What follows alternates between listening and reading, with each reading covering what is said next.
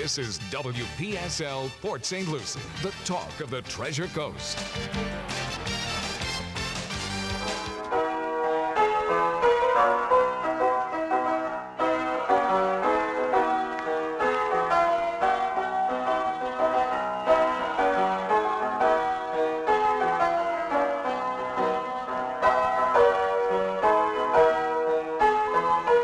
It's 11:07 at WPSL 1590, the talk of the Treasure Coast. You're on Ask a Rabbi. And this is Rabbi Shafir Lobb trying to get everything going here. Happy, everyone. Let me go ahead and get these things started. Yay. Yay, world. Okay. So happy Hanukkah, everyone. It is the first day of Hanukkah. Last night we lit candles. It was our first time to do that. I saw your video. That was cool. You like that video? What, yeah. Did you see the live shot or just the camera thing? The camera thing. Okay. On Facebook, that was afterward, yeah. Well, we did Facebook Live also lighting, and we're going to do that every day, except tonight. Tonight we're going to do it at the service at 7:30. Cool. But every other night of Hanukkah we're going to, it's a 5 or 10 minute. It's not a long thing, but a real quick happy Hanukkah, lighting the candles. And, I'm really thrilled. We now have, wonderful things like cute little bags and things like that. And this is, for me, the newest thing that I saw this year, which is this kind of a dreidel. Whoa. Isn't that different? This has still got the tag on different. it. Let me take the tag off for a second. But, they spin like a spinner. And I think they're called spinner dreidels. But here, I'll do it where Cliff can get a zoom in there. Let me get the bag of dreidels out of the screen. There we go. Yeah, right. These are going to take a little more work. There we go. So that spins like that. See, one of my very, very sick ESPN friends has got the little dreidels, which he has assigned monetary values to all of them. Okay. It's like, okay. Yeah, they're gambling devices. Right? Yes, they are. You got that right. This one probably offers all kinds of opportunities to be improperly balanced, but I'm hoping that it's not. I see that there's a little bit of spacing, so maybe that's what they're trying to do. It's a Las Vegas dreidel. There you go. It's certainly gold colored. It is plastic. It's favoring the house. It's made to look metal, but I think these are we're going to give these out tonight. That's cool. Yeah, kind of fun. So all kinds of new stuff comes out. Of course, it's made in China, which a lot of things are. I don't even want to. I did not look to see where this shirt was printed. I'm wearing different Hanukkah shirts, different days. This one's nice too. Yeah, it says Love and Light down there. Oh, okay. Yeah. See it. You can see it now, but there you go. Love and Light. It's like it down at the bottom. Like it. So yeah, lots of cool things, and of course I love that we've got these masks. The temple is selling these. We'll have them at the plant sale on Sunday. These are $6. 8 crazy nights. Okay. When does the plant sale? The plant sale is Sunday from 2 to 5. And that's at the Parks and Recs Community Center. And we will, of course, be, everyone has to be masked. We require that, and the city of Port St. Lucie, of course, requires it inside the center. And that's a community center? It is the community center and PSL Boulevard. On Oroso, right across from the police station and City Hall. Mm-hmm. And so it'll be in there. We're limited to the number of people in the room at a time, but it worked out well last time, and it'll work out well this time. All different kinds of plants that people in the congregation have been growing, and I think that's really pretty cool. We'll have some of the dreidels and things like that as well. But, yeah. That sounds great. Should be fun, yep. Yeah. I think with every purchase, we'll give you a dreidel. There you go. A free dreidel with everything because it's Hanukkah. And so we will have the masks for sale as well. They're $6, and that's just one of the 3 designs that we have. We have one that just says Shalom and one that has other Hanukkah symbols on it. That's neat. That's good stuff. Yeah, lots of fun. It's a fun holiday. And it's just about rejoicing, and it is about love and light. That's really the bottom line. And if you look I think we need both right now. I think we need a lot of both. And of course, it was scheduled over the winter to be a light-giving holiday in the darkest time of the year in this hemisphere, right, in the northern hemisphere. Changes if you go down to Australia, down under, because they're in their summer right now. So they're having their long days. And that really does, for Jews that are in Australia, the holidays are all out of sync with the weather. It just is. What, Hanukkah and 100-degree weather? Yeah. Yeah, sure. Yeah, go to the beach for Hanukkah. Now, granted, you could go to the beach here, and Northerners do, but I've been acclimated to the warmth long enough in my life that I'm not going to the beach this week. Maybe to walk fully clothed, but even that I doubt. Yeah, you could tell the folks from Minnesota and places like that, when we're in ski jackets, they're just normal bathing suits. Well, there's a very funny story along those lines. Back in the day, long ago and far away, when my husband and I used to go to dog shows. And we actually came down. There's a big dog show circuit in Florida in January, not surprisingly. Oh, yeah, I was going to say, sure. And it's mostly up in the DeLand and swings over by Tampa. It's not so much in southern Florida as it is in central to north Florida. But it's a week long of shows. It's a good many days, and a lot of northern dog people come down for it. And we, on different occasions, did. And there was one time where it had rained horribly, and the ground was just so soggy. And our motorhome was one of the ones that sank down. And we were having some other problems too. We needed to be jump started, and we discovered what the problem was with that along the way home, actually. But we didn't know it at the time when we were here. And I was sitting on a golf cart with one of the show people waiting for AAA to come and get the motorhome moving. And he's in a fur parka on this on this golf cart, and I'm of course in t-shirt, and I don't wear shirts, and I never have, but I'm in t-shirts and probably a long skirt. So I wore a lot of long skirts back then, maybe slacks. So were you guys living in Ohio at the time? Yeah, we were living in Ohio. And so, for us, this was extremely balmy and comfortable. And here's this poor guy, and he's like, "Oh, forgive me, I'm really cold." And it was kind of interesting. The joys of Florida weather, and if you get used to it, right, you become accustomed to the weather as it stands. And so, I got yelled at the other day because I was in a t-shirt in my back patio, and the weather's been in the high 60s, right, in mid-afternoon. Frigid. That's frigid. Frozen tundra. And I can relate because my husband doesn't like to run the heater in his car, and we went somewhere last night, and coming home I was chilled, but I got in and I said, "Okay, what can I do that's warm?" Okay, so did you run the heat in your house?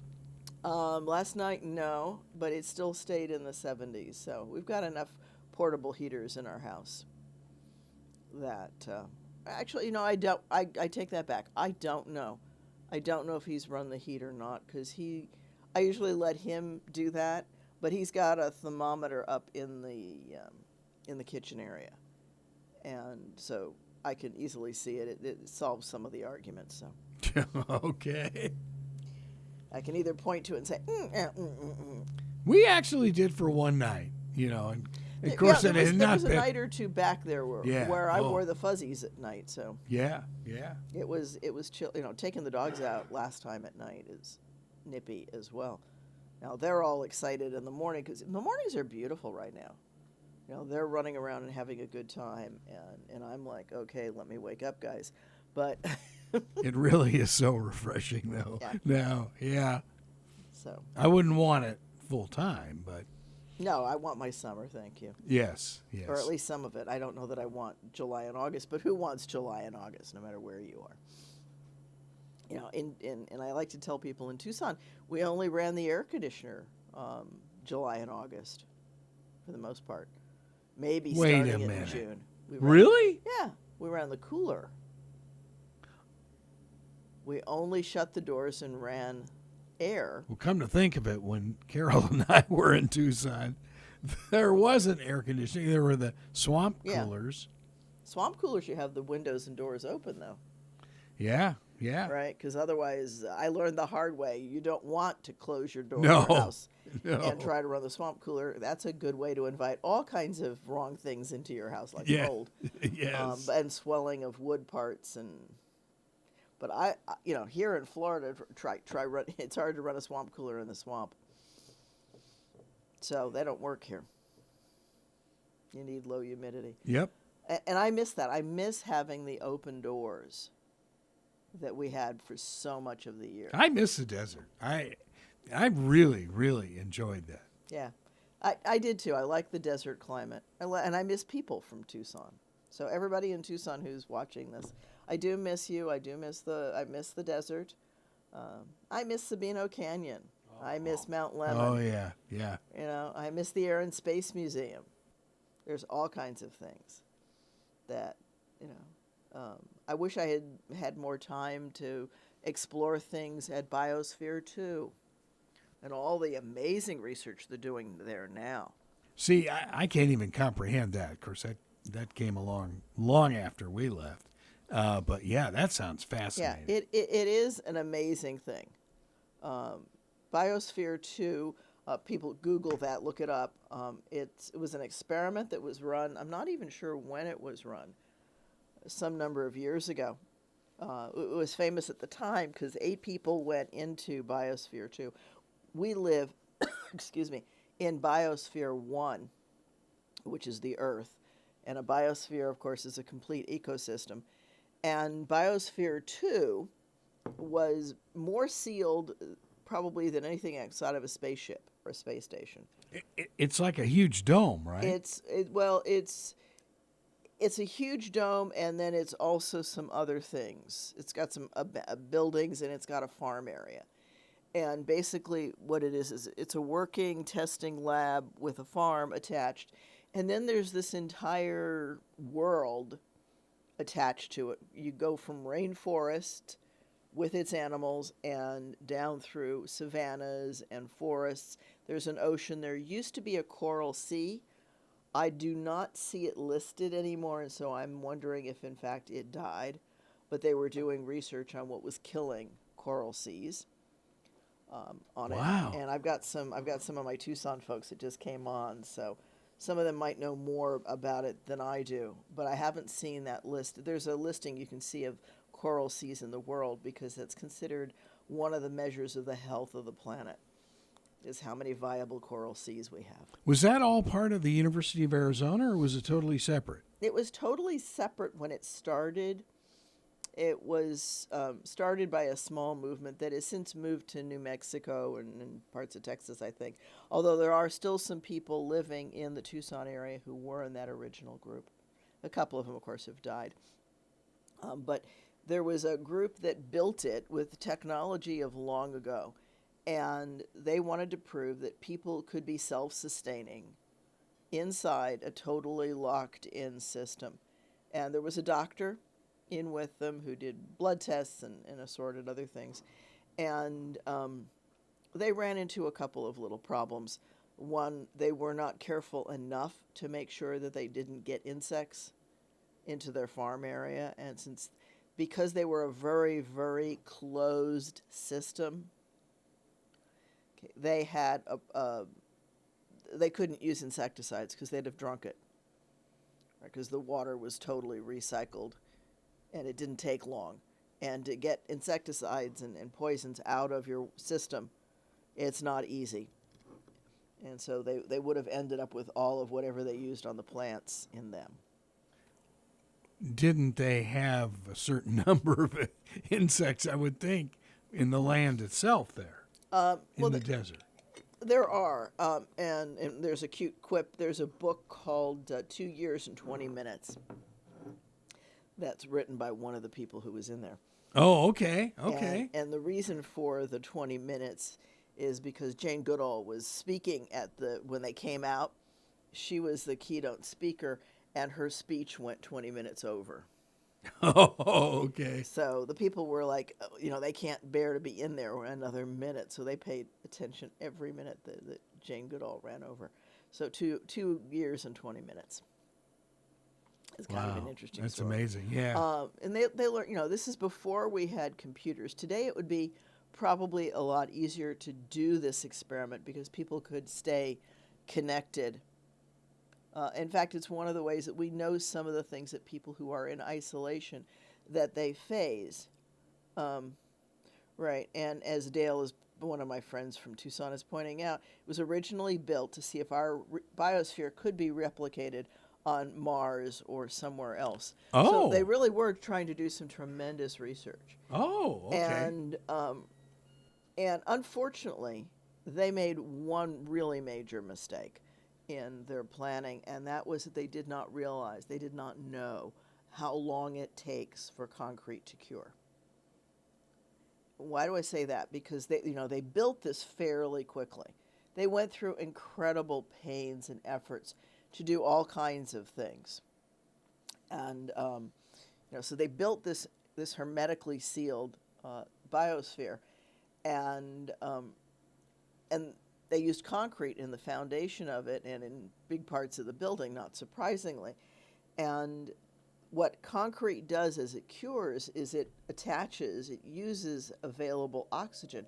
Not a big deal when it's your driveway and there's tons of oxygen in the environment.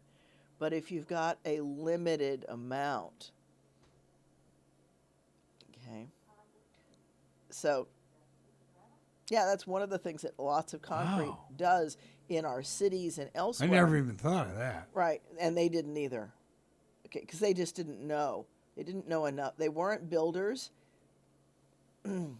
right? So they were not aware of what the concrete was going to do. And what that did, as they start to go through their 2 years, their oxygen is suddenly, inexplicably going down. And they don't understand it. And they're trying to manage that. But in fact, the concrete is just stealing the oxygen from inside because it wasn't able to steal it from outside, where there was a ton of oxygen. And had they known what was going on, then they could have said, hey, we know that this process is going on. We're going to dump in X amount of oxygen for the concrete. Right? Then, but they had a tremendous problem in admitting to errors that they had. And we have a caller from Palm City. Thank you. And this is Frank. Go ahead, Frank. Thank you for calling in. Frank? Hello. Hi. Yes. Hi, I have a question for the Rabbi. Speak up, Frank. You are really, really low. Can you hear me now? Ooh, it's rough, but go Can ahead. you hear me? Go ahead. Can you hear me now? Yeah. I wanted to know what the difference is when you say a reformed nature, and then in Palm City there's a rabbi who's a member of Chabad. Is that the same thing? Okay. So the question is, what are the different forms of Judaism? I'll generalize it that way. Is that fair, Frank? Well, yeah. You mentioned I hear you're aired at night. Yeah. Instead of a reformed That says that nature. we're reformed with a renewal flare. What does that mean? That's it. Yeah. Right. It's reform, by the way, without the ED on the end. We're still in the process of reforming. So reform is something that is aimed at making Judaism relevant to today. And the group that you have in Palm City is Chabad, with Rabbi Is Omener. that how you say it? Chabad? Chabad, yeah, it's a ch. Yeah. Okay. Yeah, it's hard in English to. This is hard. I mean, we say it's China, but it's Christmas, right?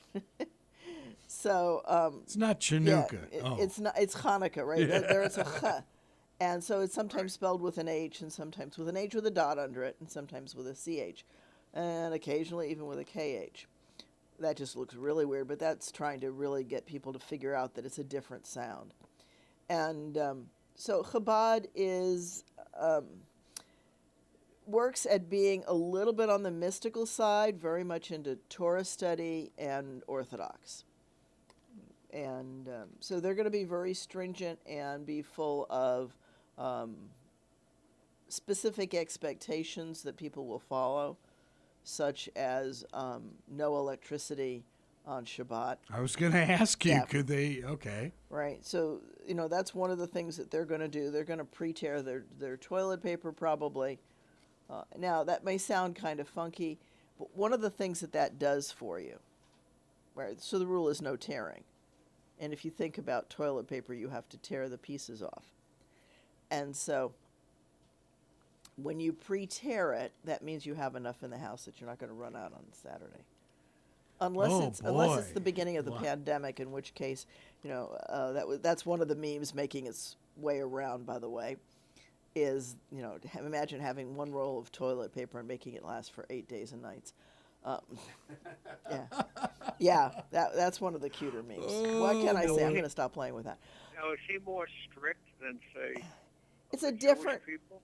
Yeah, he's much more rigid about how to observe things or not observe it. Where I would say you're invited to do this, he would say it's a rule that you do this. Okay. I see. So it's more a matter of tone. Would he work on what do you call this? On Shabbat, on Saturday, he would say no. That's an ongoing argument that rabbis, of course, do a big chunk of the work when they're leading services. But that's not supposed to be work, right? I see. Yeah, so Okay. it's a little more complicated. Reform is one of the more liberal. Reconstructionist is also very liberal. Renewal is across the different denominations. There's also conservative, which tries to be modern and still observe different parts of the tradition. It all has to do, it's not unlike the denominations within the Christian world. Slightly different flavors of doing the same thing. And then you've also got Sephardic, and you've got, in Europe it's called Progressive Judaism. There's a variety of different kinds of Judaism. It's not just one thing. Now, there was a story on the news about 7,000 people in somewhere in New York City. Oh, at the a wedding. Yeah. And they were all there, and they didn't have any masks on and whatnot, Yeah. gloves, whatever. But they had these huge hats on. I never saw them in my life. Yeah, they were Big wearing winter something called a coats. shtreimel, and shtreimel and a beketche. They are wearing a European 14th century Polish garb. It's one of the vestiges from the time when a number of Jews were in Europe. And They almost look like Eastern Orthodox priests. in a well, way, and that's not with that garb. Yeah, it's both of those groups kind of like froze a couple of centuries ago in clothing. And so you also have modern Orthodox, and you've got this, that, and the other. There's, as I said, there's many myriad flavors of Judaism. We're not all vanilla. We're not all chocolate. And it's not just chocolate or vanilla. It's everything in between. They're all come under the what do you call it, the umbrella of Judaism. Right. Right. Okay.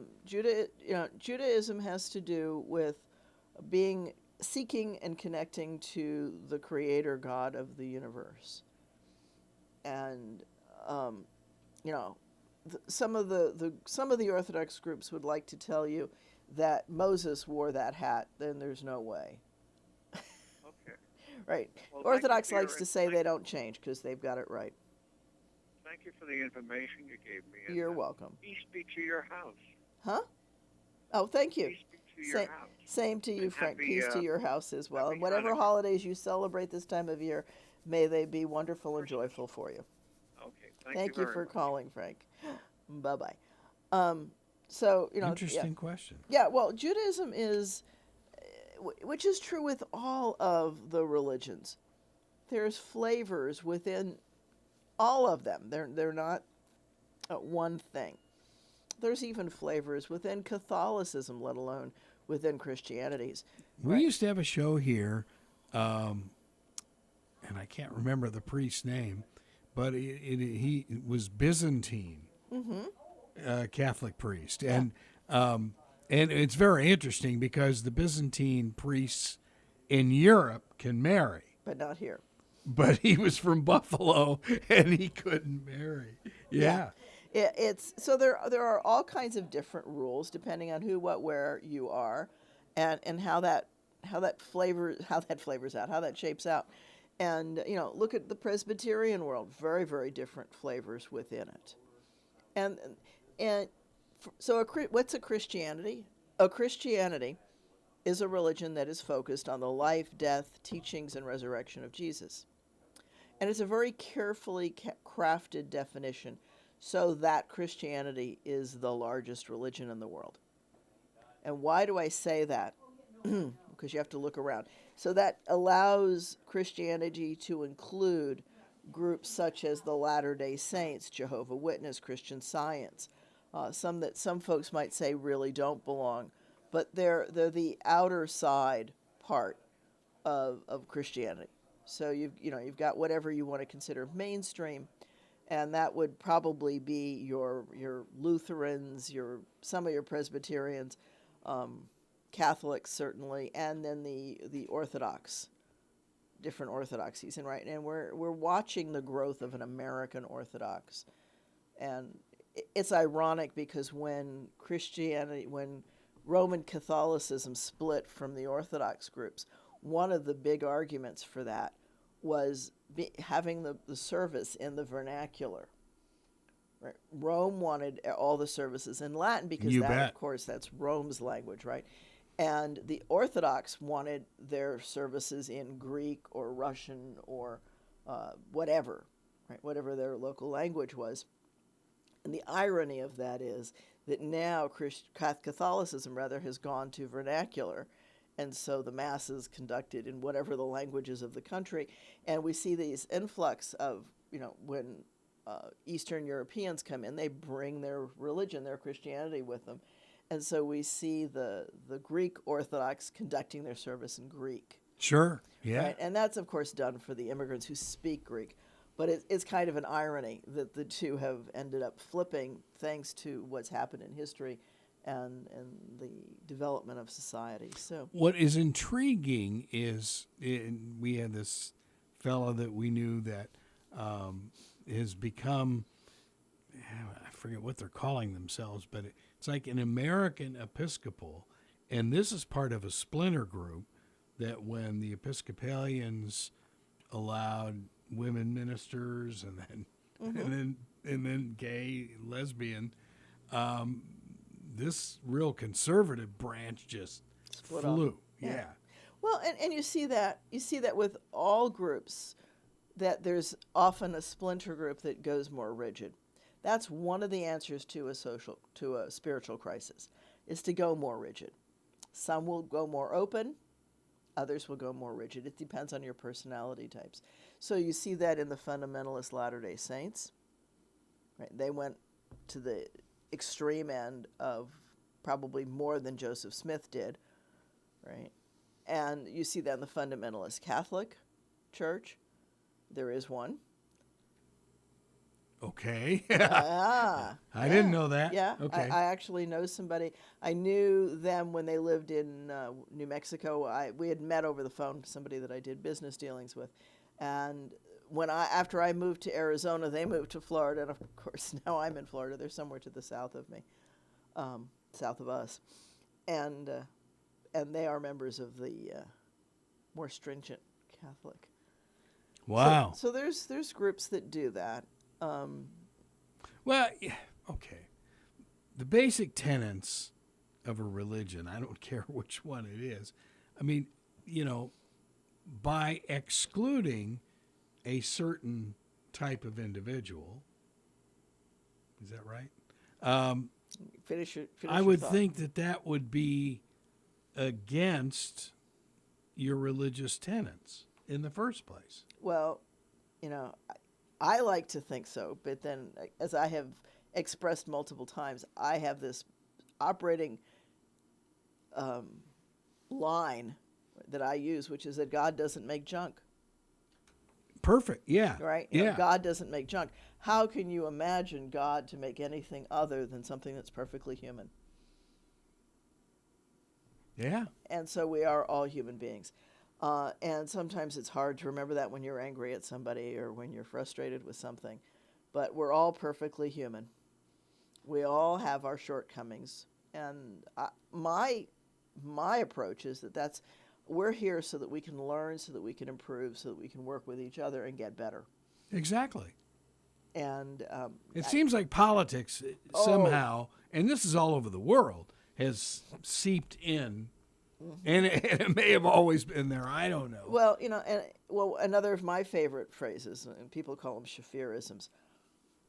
Okay. Yeah. Let's hear a Shafirism. A Shafir, beware of political leaders wearing religious robes.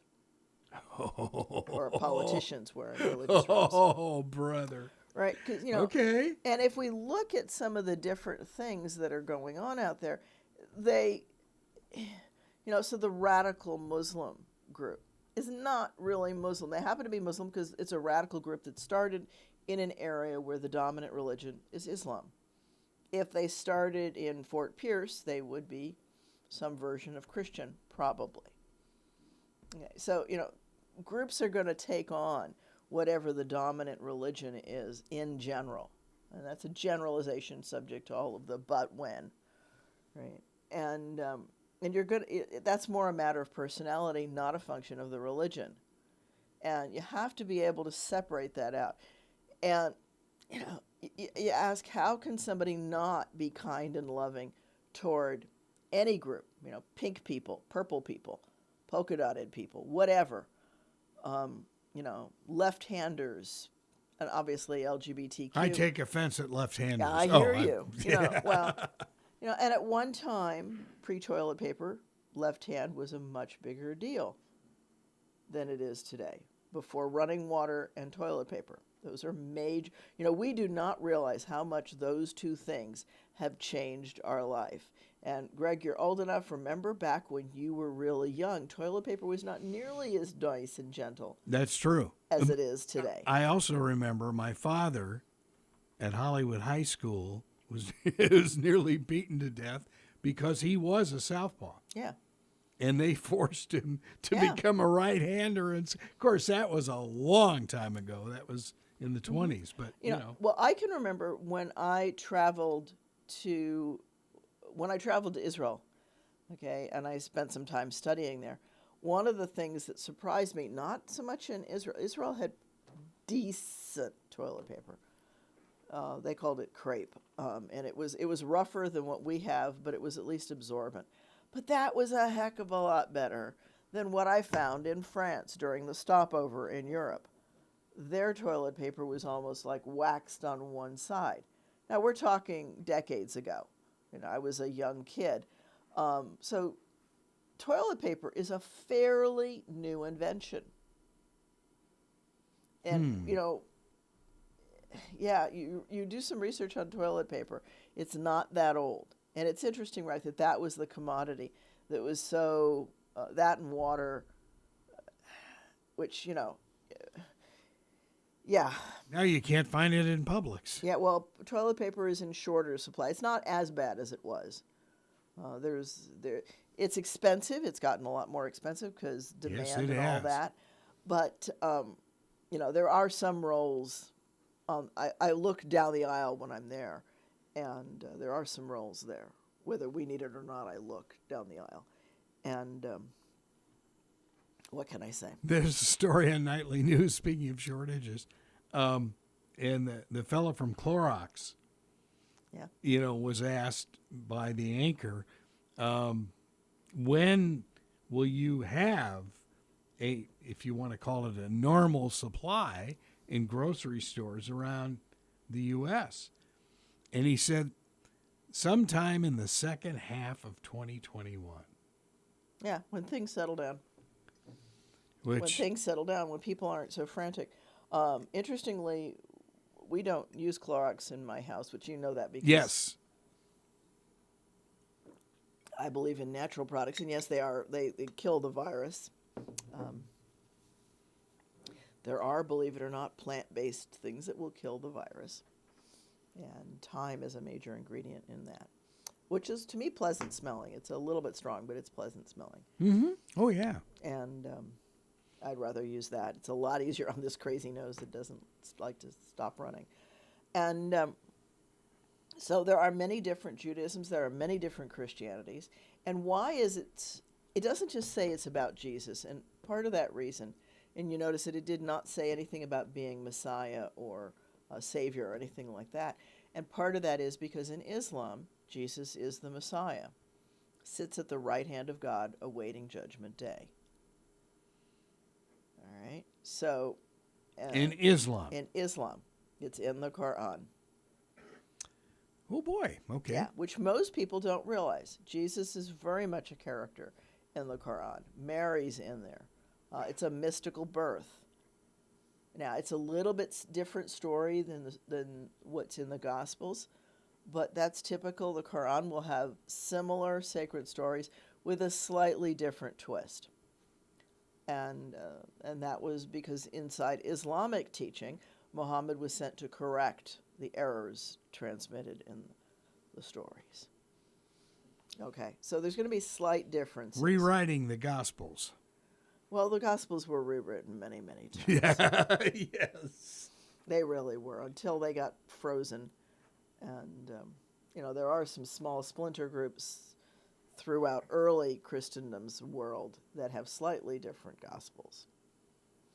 And again, that's one of the reasons scholars try to go back to earliest manuscripts to see what the differences are that have crept in over time. And they have.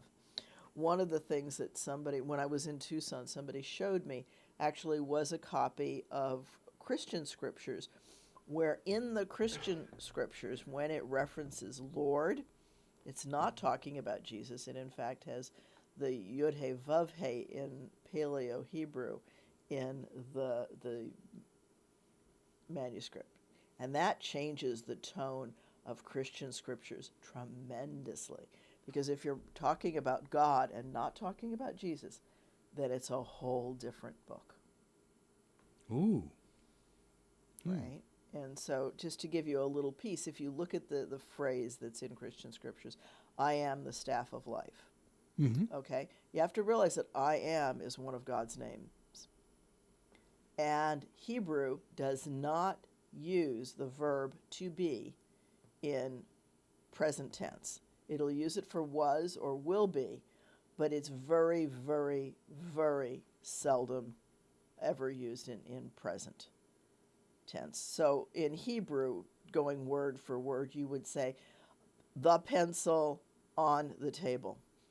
And that would be understood as the pencil is on the table.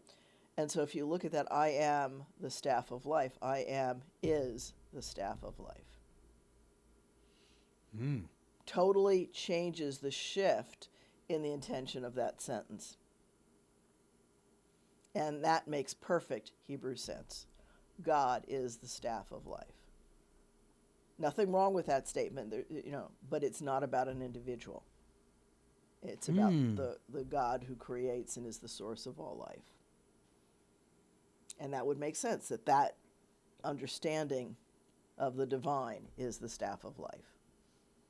And it's very easy for any religion, she said, slipping into being the professor of religions, to look at from the outside looking in at a religion and not understanding the tenets and what they're doing, to belittle what they do, to make light of what they do, and not grasp the intensity of it. For example, it's very easy for most Americans to look at Hindus and see the representations, which unfortunately has been translated as idols, right? But I will counter you with a crucifix, right? That's really not all that different, nor is it all that different from a picture or an icon. Take a look at some of the Orthodox Christianities, and they've got iconography out the window. Right? It's loaded with it because it comes from an area of the world where iconography was common and used. And so when that culture goes to express its religion, it uses iconography. Judaism rejects that. Islam rejects that. Christianity, not as much. And so the Catholics have, right, nobody thinks that the little plastic or metal Jesus on the wall is going to jump down, dance on your table, and do something. Not going to walk across the ice cubes. Dances on my dashboard. Yeah, Oh, right. I'm sorry. Yeah. That's terrible. But that's right. Nobody thinks that, and nobody thinks of that as being God. But if you look at it from the outside and you don't understand the meaning of that the crucifix, a focal device.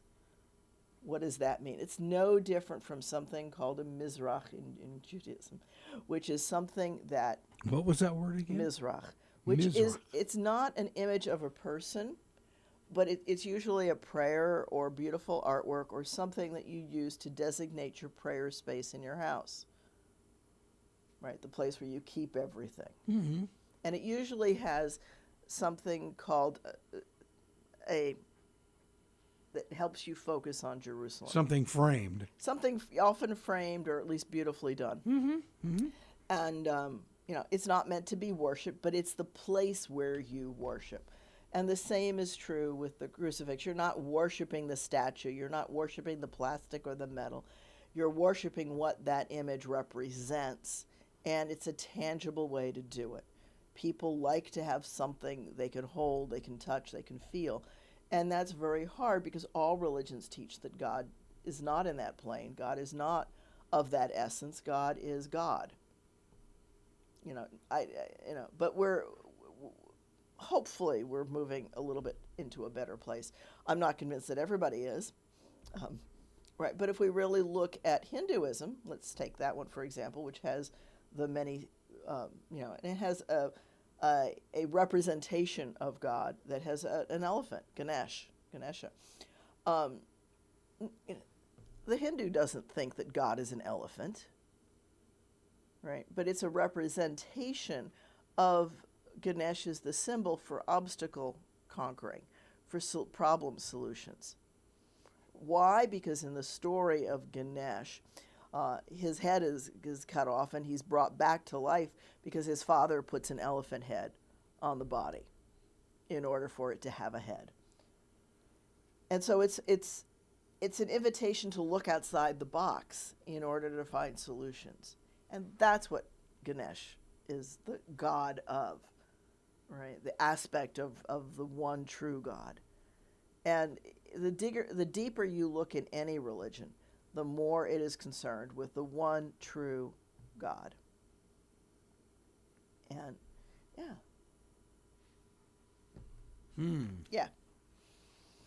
And if you really take a look at what Muhammad was objecting to in Mecca, you'll find out that it was the corruption in and around it being a pilgrimage site. Corruption? Imagine that. Shocked. Yeah. Could anybody ever take advantage of pilgrims and make serious money off of it? Yeah, $49.95 for this holy water. Yeah. And I try to bring it, I often in my religion classes talk about Jesus objecting in the marketplace outside the temple. And I liken it this way. If you were to go buy a shirt with a mouse on it in Walmart and you buy a shirt with a mouse on it in Disney, where are you going to pay more? Oh, obviously Disney. Right, because it's location. Sure.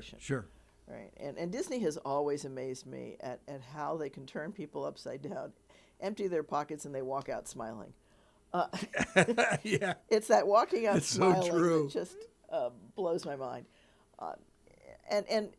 So merchants have always been part of location.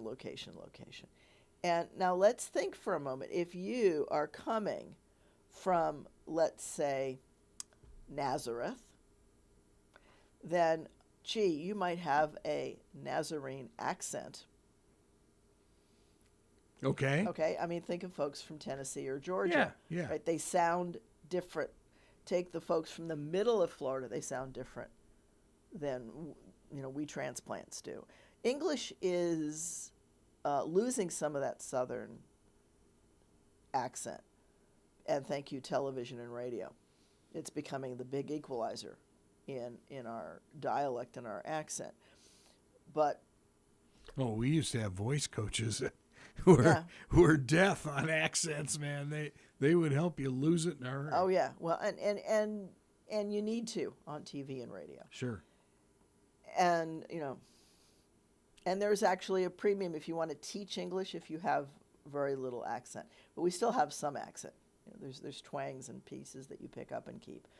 We had a consultant at ESPN that says, we may get into Alabama. You don't have to sound Alabama. Yeah. Okay, so there's accents and stuff like that, especially in a time when people don't travel much. And this was really brought home to me when I was in Luxembourg. Luxembourg is a little tiny country. The cities are minutes apart. And I remember when I was talking with somebody there, I was there for Goodyear, and I said to so-and-so, well, I'd like to learn Luxembourgish, and I'm considering so-and-so as a tutor. And they looked at me and says, oh, no, they have an Echternach accent. You don't want to do that. And I'm like, Echternach is 20 minutes away. But because people didn't travel anywhere near as we do today. And that's also equalizing some of the. So that's why when Jesus opens his mouth, people say, does anything good come out of Nazareth? It's because he's got the accent from the northern kingdom. Huh. Okay. All right, from Galilee. Sure. And that's because there's a zealot movement coming out of, and most of the Galileans who come into Judea are coming there to rabble-rouse against the Romans. So there's this automatic perception that if you have that accent, there's enough of them that it's hard to tell who's who, and that's why you have the Gethsemane story. But when Jesus objects to the market, let's go back to that. We've got just a few minutes. If you're coming, let's say, from Galilee, are you going to carry the sheep for your sacrificial meal in the temple all the way from Galilee? No. You're going to take, gold or coins in your pocket, and you're going to buy it as close as you can to the temple, because who wants to carry it any distance at all? So the closer you get to the temple, guess what? The price of that sheep goes up. And if you're a shopkeeper, are you going to give a better price to the people who look like you, sound like you, and because you go home to their neighborhood, or are you going to give the better price to the foreigner? Oh, man. Okay? Right? So Yeah. if Jesus is paying at all attention into what's going on in the marketplace, he sees this. And yes, it's unfair. However, it is a common trait. That's why toilet paper costs more right now. So as a Galilean, he had a Yankee accent. Right. From the north. Well, and to bring that That's funny. home, right? I was, and Stuart probably might enjoy this. I had a traffic case. Somebody had run a red light and smashed the front end of my mom's car that I was driving when we lived in South Carolina. And I should have known that I was in trouble when my lawyer said to me, well, you go in and argue the case because you do a nice job. I'm not going to go in with you because this judge hates me. I should have, I should have been smart enough to say this doesn't make sense, but I was not yet that wise. So I go into court with my parents, of course, and and the judge calls on me, and I open up and I say, Your Honor, and maybe a half a sentence more, and he looks at me and says, y'all from the north, ain't you? Oh, no. And yeah, that's where it went downhill from there. Oh, boy. Yeah. Y'all from the north, ain't you? Yeah. Oh. So that, it wasn't devastating, but it did not go well. Welcome to the South. I can do South Carolina very well, thank you. I had to learn to do that because back in those days, we had the telephone thing, and you had to call up, Yeah, if I told the operator of the phone number I was trying to reach with a northern accent, she did not understand me. Oh, no. So 5, 6, 7, 8, 9. Yeah. And my apologies to those who do have that accent. I'm not making fun of you. It's not the intention. But we do have accents in the U.S., right? You were in California. Californians say diamond, where the rest of the world says diamond. Okay. Californians That's pronounce true. the A, diamond. Yeah. Oh, always. Yeah. And I have to think about who I'm talking to if I'm talking about gemstones for things like that. Wow. Or geometric shapes. Yeah. Little subtleties. Yeah, yeah. There are just little tiny things. And that's why people can tell by, do you call it Coke? Do you call it pop? Do you call it soda? Do you call it a phosphate? I remember when Carol started at WBZ in Boston, and they said, she's got a Southern accent. Yeah. And I was thinking, Southern? She's from Indiana. It's like, Oh, that's what are the you South talking to about? some folks. Yeah. Well, and that's basically what they said. It's, Yeah. Yeah. Where are you on the, the Underground Railroad, which was neither underground nor a railroad, but and the Silk Road was neither silk nor a road. But there's words that we use, and pop, Coke. It's not all Coke, but there was a time when I couldn't remember when to say soda and when to say Coke. Also out in California, Southwest kind of thing. It's all Coke, even if it's not. And so ordering a cherry Coke may get you cherry in Coke, or it may get you a cherry soda. Sure. Oh, yeah. That was my big problem when I was in high school in California. Well, grade school. But, I didn't go to high school until I was in Pennsylvania. All right. Thinking back on my history. So anyway, real quickly, we've got just a couple of minutes left. Tonight is the night of 10,000 lights at the temple.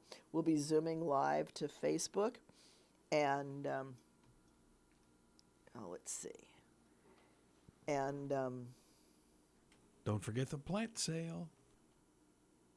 Yeah, on Sunday at the Parks and Rec Center, and that's 2 to 5. And then every day during Hanukkah, we'll be Zooming live the candle lighting.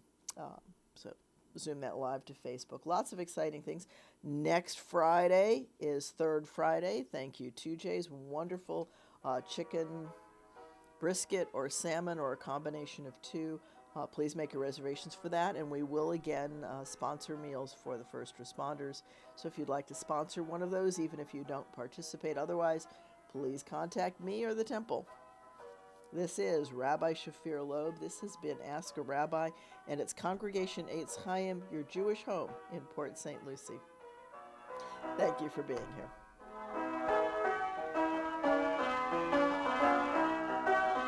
You've been listening to Ask a Rabbi right here on WPSL, Port St. Lucie. Talk of the Treasure Coast, webcaster to the world.